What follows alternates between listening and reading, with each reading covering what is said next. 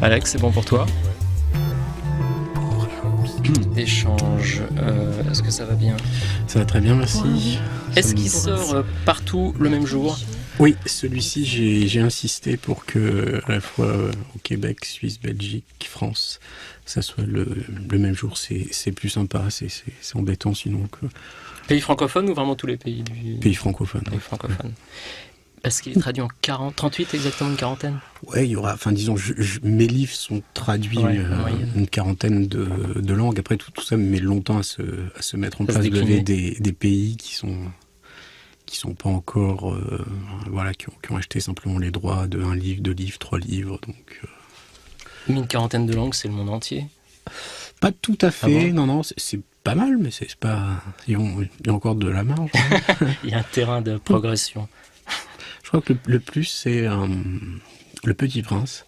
Ah, qui est le plus traduit? Ouais, je crois qu'il est traduit dans, je sais pas, 140, ou 120, je pense. 120, oui, donc et c'est le... Je pensais pas qu'il y avait autant de langues différentes. Après, il est traduit, compris dans certains dialectes. Enfin, donc c'est très pointu. Ouais. Et il continue à être un des livres les plus vendus chaque année. Oui, bien sûr, ouais. Et y compris, c'est l'un des rares romans français qui se vend aux États-Unis.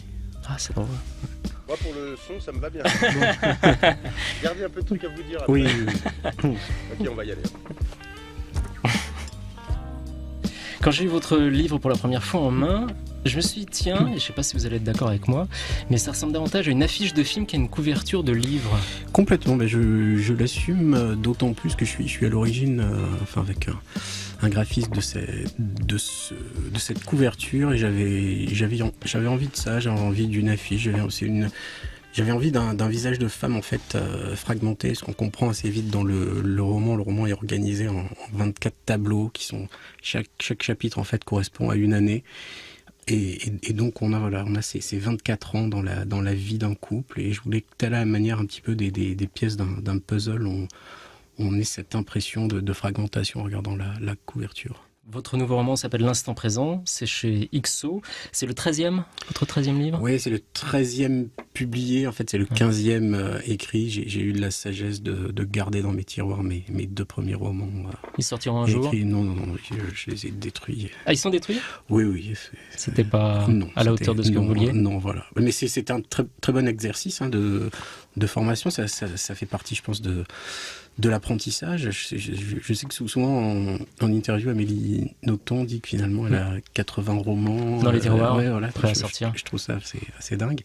Et je pense que ça fait partie de la formation d'un romancier, mais tout comme, je sais pas, un chef cuisinier avant d'arriver à son plat, il se trompe un peu beaucoup, et c'est bien comme ça.